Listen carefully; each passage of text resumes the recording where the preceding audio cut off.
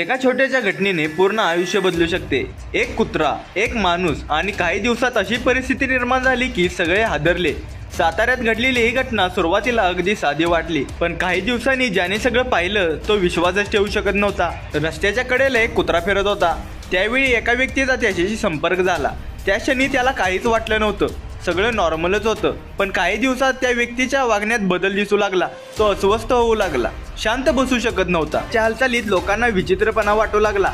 परिस्थिती हळूहळू गंभीर होत चालली। त्याला पाणी पाहून त्रास होऊ लागला आणि तो पूर्णपणे अस्वस्थ झाला। लोक घाबरले, कोणी समजून घेण्याचा प्रयत्न करत होता, पण काय होतंय ते कुणालाच कळत नव्हतं।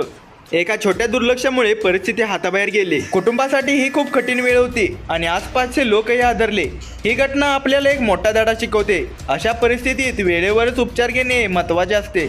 लहान गोष्टी समजून दुर्लक्ष करणे यावर मोठा परिणाम होऊ शकतो। तज्ज्ञ सांगतात अशा परिस्थितीत लगेच डॉक्टरांचा सल्ला घेणे खूप महत्त्वाचा असतो।